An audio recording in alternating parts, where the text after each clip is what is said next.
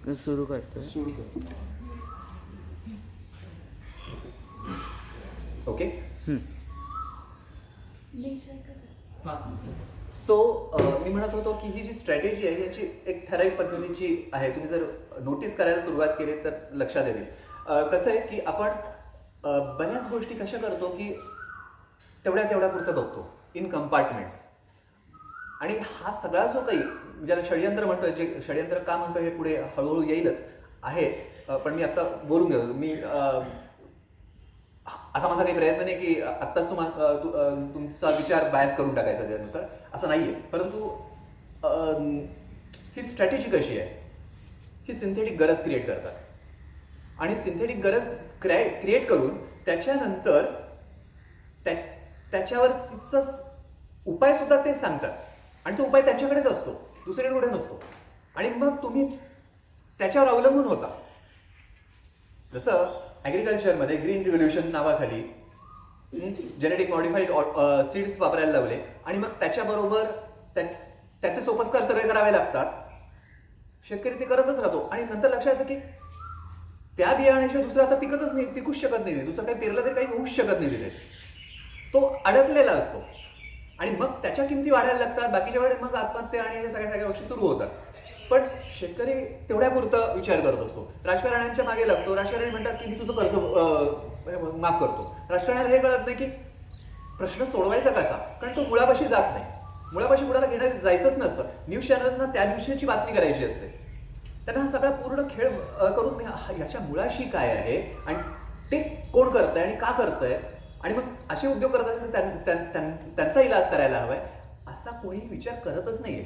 आणि हे जेव्हा ॲग्रिकल्चरमध्ये होतं, तसंच मेडिकलमध्ये पण होतं, तसंच एज्युकेशनमध्ये पण होतं. एज्युकेशनमध्ये काय होतं, तुम्हाला एवढंच शिकवलं जातं आणि तेवढंच बघा, ते पाठ केलं तरच तुम्हाला मार्क मिळतील. हा सगळा खेळ आहे. एक गंमत सांगतो मी, परत जॉईन करतो त्या विषयाला. आपण बायोलॉजी ज्यांनी घेतलंय तर त्या मंडळींना हे शिकवलं जातं. मेडिकलच्या विद्यार्थ्यालाही तेच शिकवलं जातं आणि तो शिकतो आणि तेच पाठ करतो. काय पाठ करतो? बायोलॉजीचं पहिलं वाक्य, cell is the basic unit of life. हो की नाही? हा हो. आता गंमत अशी आहे की आम्ही फिजिक्समध्ये अजून एक गोष्ट शिकतो, matter consist of 3 parts, solid, liquid and gaseous. पाठ केलं आणि तेच दिसतंय मला, सॉलिड, लिक्विड, गॅशियस. एवढंच मॅटर आहे का? आता गंमत अशी आहे की पूर्ण अस्तित्व कसं आहे ते बघू नकोस तू. आम्ही जेवढं सांगतो ना तेवढंच अस्तित्व आहे. आपल्याला त्यांनी काय केलेलं आहे, असं केलंय, झापड टाकलेली आणि त्या झापडामधलंच जे दिसतंय ना तुला तेवढंच पूर्ण सत्य असतं हे सांगितलं. For example, cell is the basic unit of life. आता मला हे सांगा, मी एक सेल काढतो याच्यातून माझ्या हातावरून आणि हे cell whether it will live, जगेल ते स्वतःहून, इट इज अ सेल ना. Cell is the basic unit of life. ते जगू शकणार नाही. का? कारण cell is not a basic unit of life. So what is basic unit of life? An organism is a basic unit of life. मग काय cell ही organism असो? नाही.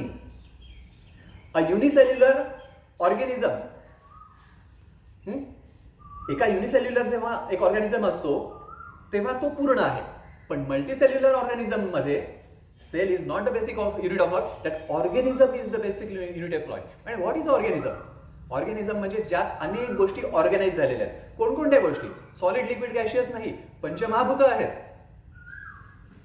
काळ आहे, देश आहे, मन आहे, आत्मा आहे, ज्याला तुम्ही कॉन्शियसनेस म्हणा, चैतन्य म्हणा, प्राण आहे. हे तुम्ही इन्क्लूडच केलं नाहीये तुमच्या लाईफ सायन्समध्ये. Consciousness is not a part of your organism. आणि म्हणून तुम्हाला व्हायरस डेड थिंग आहे का लिव्हिंग थिंग आहे हे अजून तुम्हाला निकाल लावता येत नाहीये. त्याचं कारण बैठकच नाहीये. पहिली गोष्ट व्हायरस आहे की नाही हा तो विषय वेगळाच आहे. पण कुठलीही गोष्ट लिव्हिंग आहे का नॉन लिव्हिंग आहे हे तुम्हाला सांगता येत नाही. प्लांट्समध्ये फिलिंग्स असतात की नाही याच्यावर विचार करताय अजून तुम्ही? तुम्हाला प्राणी मारताना व्हायलन्स होतो आणि झाड मारताना व्हायलन्स होत नाही अजून तुम्ही या गैरसमजत आहात. व्हायलन्स म्हणजे काय याची डेफिनेशन क्लिअर नाहीये. अनेक गोष्टी आहेत त्यातल्या. आपण अजूनही मायोपिकच व्हिजनमध्ये खेळणार आहोत का? आणि जर खेळणार आहोत तर मग भीती असणार आहे, कारण तुम्हाला पूर्ण सत्य क्लिअर होत नाही. तर तुम्हाला जिथे जेवढं घेऊन झालं तर तो घाबरलेला असतो, पण त्याला कळलेलं काहीतरी आतून त्याला संवेदना होत असतं की ही झापड आहे ना, आणि त्या झापड्यातून जे दिसतंय ना मला, आणि ते मला जे सांगितलं होतं की हेच पूर्ण सत्य आहे ना, पण नाही, आतून मला काहीतरी जाणीव होते की ह्याची पलीकडचं काहीतरी आहे, पण मला काही दिसत तर नाहीये. त्यामुळे दिसत नाही म्हटल्यानंतर अज्ञान आहे, आणि अज्ञानातून भीती तयार होते. काय सुंदर मंत्र आहे. असं तो मा सद्गमय, तमसो मा ज्योतिर्गमय, मृत्योर्मा अमृतंगमय. असं तो मा सद्गमय. मला असत नाही, सत जे योग्य आहे, जे सत्य आहे, त्या तिकडे जायचंय. जर तिकडे गेलो तर तमसोमा ज्योतिर्गमय, जर सत्याकडे गेलो तर माझा अंधकार, अज्ञानरूपी अंधकार निघून जाईल आणि ज्ञानरूपी प्रकाशमान होईल. आणि जर ज्ञानरूपी प्रकाशमान जर झालो तर मृत्यू नाहीच आहे. मृत्योर्मा अमृतंगमय, अमृतमय होईल मी. अमृतमय म्हणजे काय? अमृत म्हणजे इम्युन. इम्युन म्हणजे इम्युनिटीचा अर्थ काय? फ्रीडम. आजची गंमत काय आहे? व्हॅक्सिनने तुम्हाला इम्युनिटी मिळेल. Conditions applied. Freedom, conditions applied. आणि आपण ते स्वीकारतोय. Freedom comes with no conditions. त्याचा अर्थच आहे आपण कुठून कुठे चाललोय. सो हा व्हायरस लॅबमध्ये तयार झालाय का? नो. मग काय केलेलं आहे? मग तुमच्या समोर एक खेळ एक स्क्रिप्ट फेकलेला आहे. फटाफट फटाफट फेकलेलं आहे, आणि तुम्हाला वेळ नाही दिला विचार करण्यासाठी. आणि मग काय वेळ नाही दिला तर याचा अर्थ काय? वेळ कमी आहे. कन्सिस्टंट फटाफट फटाफट काहीतरी करा, काहीतरी करा, काहीतरी करा. अरे गडबड करा म्हणजे काळ भयंकर आहे असं सांगितलं जातं. आणि मग काय? अशा वेळी विनाशकाले विपरीत बुद्धी आपण म्हणतो. ऍक्च्युली विपरीत बुद्धीने विनाश तयार होतो. अशा वेळी शांत बसा. जरा एक मिनिट तुम्ही जे सांगताय जरा एक मिनिट मला जरा समजून घेऊ दे. आपण असं नाही केलं. विवेक बुद्धी आपण जागृत करू दिली नाही. हा मास्क लावला, हा हात धूत बसलो, सगळ्यांपासून लांब जा, लांब गेलो. हे केलं. जरा शांत बसून ऐका, बघा. कारण ही स्ट्रॅटेजी काय आहे? ही स्ट्रॅटेजी PRS स्ट्रॅटेजी आहे. PRS म्हणजे काय? Problem, reaction, solution. एक प्रॉब्लेम तुमच्यासमोर आणायचा जोर, आणि तो बंबार्डिंग करायचा, प्रोपगंडा करायचा, आणि मग त्याच्यानंतर पॅनिकी सिच्युएशन होते, रिॲक्शन आली, आणि त्याच्यावर आम्ही सोल्युशन देतो ना. आत्ताच येतंय, आत्ताच येते, आत्ता व्हॅक्सिन येईल, उद्या येईल, परवा येईल, आत्ताच येतोय, नंतर येतंय, औषध येते, हे अँटीव्हायरल काम करतंय. देऊन मोकळे झाले, काही उपयोग होत नाही. त्याचे दुष्परिणाम. नाही थांबा, हे दुसरं घ्या. नाही ते थांबा, हे घ्या. हा खेळ सुरू झाला. आणि गंमत आता ही झाली PRS स्ट्रॅटेजी. पण PRS स्ट्रॅटेजीमध्ये थोडासा खर्च करावा लागतो बरेच त्यात, कारण का प्रॉब्लेम खरा असतो. Problem, reaction, solution. परंतु आपल्याला ग्लोबल लेवलवरती झटकन सगळा जर बंबार्डमेंट करायचा असेल तर प्रॉब्लेम नाही काम करत, कारण रिसोर्स किती वापरावे लागते. म्हणून अजून एक त्याच्यापेक्षा पुढची स्ट्रॅटेजी आहे. काय म्हणतात त्याला? NPRS. म्हणजे नो प्रॉब्लेम, फक्त परसेप्शन. व्हायरस आहे, कसं शोधणार? पण व्हायरसची भीती. एक या अनुषंगाने एक छोटीशी क्लिप ऐकवतो मी मला. शिवाजी, ती क्लिप ऐकवतोय या प्रसंगानुसार. म्हणजे खूप सिरियस झालंय ना आत्ता वातावरण, म्हणून मी जरा हलका फुलका पण करतो.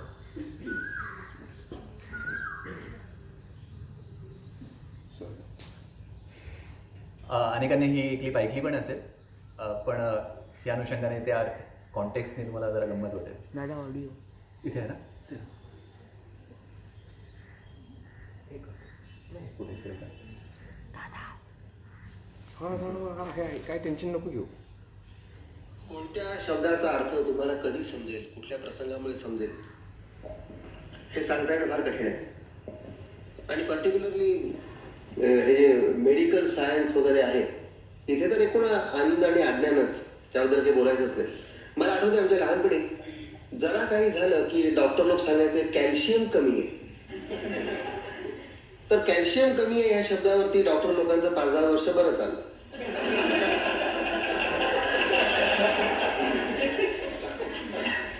त्यानंतर बी कॉम्प्लेक्स डेफिशियन्सी हा शब्द फार लोकप्रिय झाला. जरा काही झालं, गडोळे सुटले, तोंड आलं की बी कॉम्प्लेक्स कमी आहे, दुसरं काही नाही. त्याच्यावर काही दिवस गेले आणि या डॉक्टर लोकांना काही काही वर्षानंतर काही काही शब्द मिळतात. नंतर मग इन्फेक्शन हा शब्द रूढ झाला. मग इन्फेक्शन आहे असं फक्त ते बोलायचं. आता आणखीन पुढचा टप्पा सांगतो. आता जर डॉक्टर असं म्हणाले की इन्फेक्शन आहे आणि आपण जर त्याला असं म्हटलं पण डॉक्टर मी उघड्यावरचं अन्न खाल्लं नाही किंवा शिळं खाल्लं नाही किंवा भलत्या ठिकाणी पाणी प्यायलो नाही, मग ते म्हणतात व्हायरस इन्फेक्शन. आणि व्हायरस इन्फेक्शन म्हणजे काय, तर तुम्ही तिथे जायची गरज नाही, ते तुमच्याकडे येतात.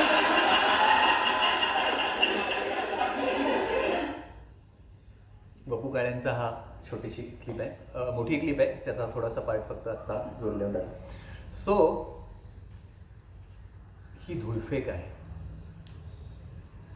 No problem. साप नाहीच आहे. अंधार करायचा, उजेड द्यायचा नाही, अंधार करायचा आणि तो साप आहे तिथं तुझ्या पायातशी आणि मग आपण थै थै थै नाचायला लागतो, काठी घेतो, जोर जोरात बडवायला लागतो. तिथं दोरी सुद्धा नाहीये.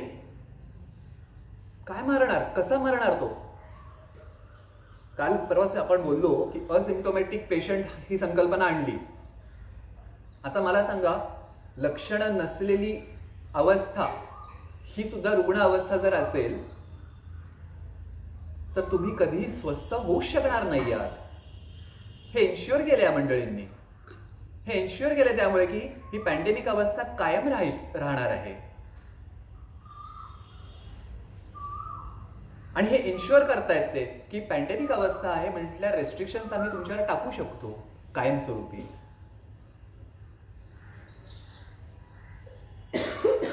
हा कोविड, कोरोना मॅनमेड आहे का?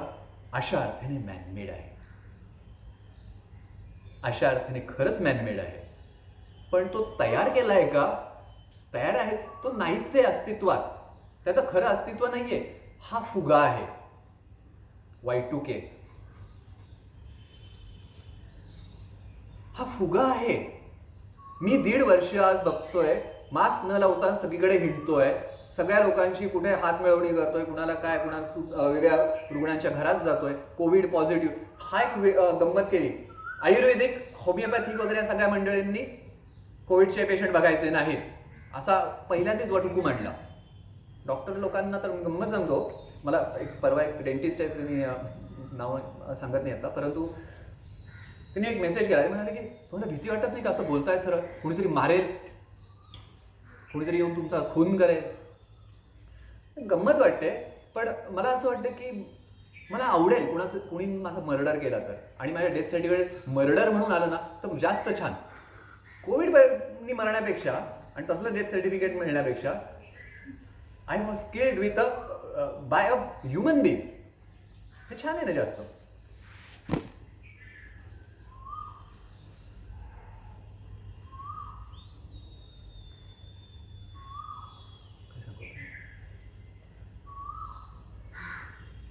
काय सांगायचं विसरलो. हा फुगा आहे हा सगळा.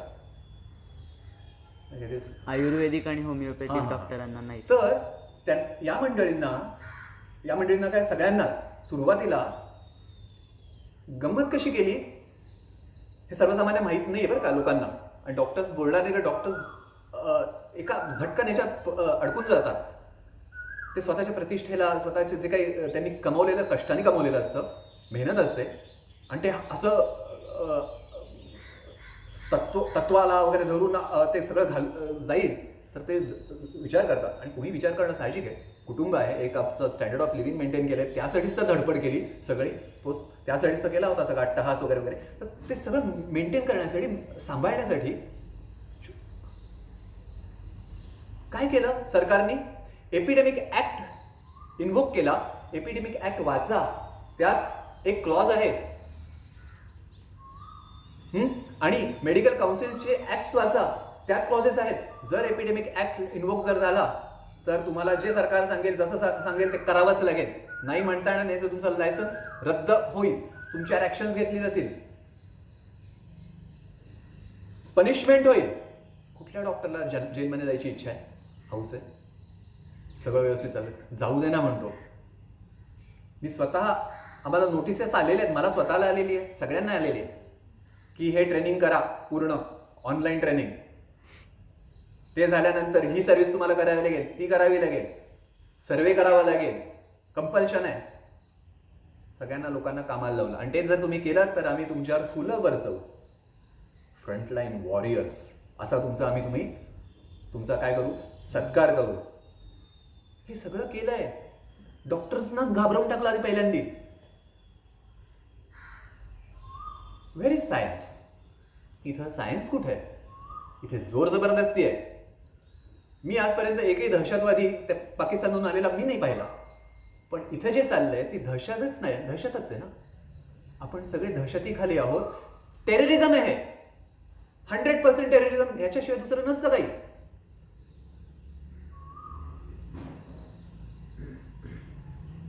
सरकारचीच भीती वाटते ना आपल्याला. अजून कोणाची खरंच व्हायरसची कोणाला भीती वाटते? त्या पोलिसाच्या दांडक्याच आपल्याला भीती वाटते ना. त्या पोलिसाला हे कळत नाही की त्याची पोरं बाळ सुद्धा त्याच ह्याच्यात अडकलेली आहेत. त्याला कुणी येणार नाही मदतीला. त्या ट्रॅपमध्ये तोही अडकलेला आहे, त्याला कळत नाहीये. तो म्हणतो की मी ड्युटी, जी मला रिस्पॉन्सिबिलिटी ती पूर्ण करतोय. त्याची रिस्पॉन्सिबिलिटी त्याच्या बॉसचा ऐकण्याची नाहीये. त्याची रिस्पॉन्सिबिलिटी त्याच्या इथे खांद्यावर लिहिलेली आहे, ती रिस्पॉन्सिबिलिटी आहे. सदरक्षणाय खल निग्रहणाय, खऱ्याचं रक्षण करणं ही त्याची ड्युटी आहे. त्यासाठी ती सर्व्हिस करतोय तो. आणि तू आज खोटं, जे खोटे वागतायत, जे असत्य वागतायत, त्याला मदत करतोयस. प्रत्येक पोलिसनी विचार करायची आज गरज आहे. जर मला खोटं वागायला लागत असेल या सर्व्हिसमध्ये, या सर्व्हिसचा इस्तिफा देतो मी राजीनामा देतो. हे करायला हवंय. नको मला असं खोटं.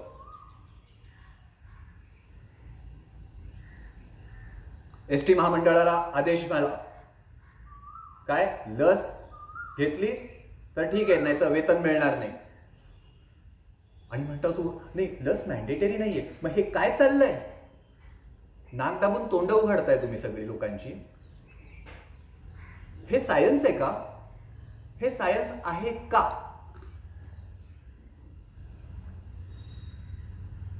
ही सगळी जबरदस्ती आहे. मॅनमेड आहे का? आता याला उत्तर काय? हो पण आणि नाही पण, अशा अर्थाने. हा मॅनमेड पॅन्डेमिक आहे. हा मॅनमेड पॅन्डेमिक आहे कारण पॅन्डेमिक सगळ्यांना अफेक्ट करतो. हा फक्त ठराविक लोकांना ठराविक पद्धतीने अफेक्ट करतो. ठराविक काळीच त्याच्या केसेस वाढतात. कशा? तुम्हाला लक्षात असेल मार्चमध्येच काहीतरी, मला तारखा एकदम लक्षात नाही, परंतु आपण नेटवर जाऊन सगळ्या परत बघू शकतो या गोष्टी. सगळं छान चाललं होतं सप्टेंबर नंतर व्यवस्थित. आणि मग व्हॅक्सिन आलं आणि लोक व्हॅक्सिन घ्यायला तयार नव्हते. जरा स्केप्टिकल झाले होते इकडच्या बातम्या ऐकून. जरी मेनस्ट्रीम बातम्या ऐकल्या तरी सुद्धा लोक इंटरनेटवर बघतात ना आजूबाजूला, त्यामुळे जरा स्केप्टिकल झाले. त्यामुळे लोक शक्यतो व्हॅक्सिन घेत नव्हते. मग आता प्रॉब्लेम आहे की व्हॅक्सिन आता आपण रोल आउट केलेलं आहे आणि लोक समजा घ्यायला तयार नसतील तर काहीतरी केलं पाहिजे. मग परत एकच टूल आहे, भीती. आणि तुम्हाला गंमत सांगतो, मुख्यमंत्र्यांनी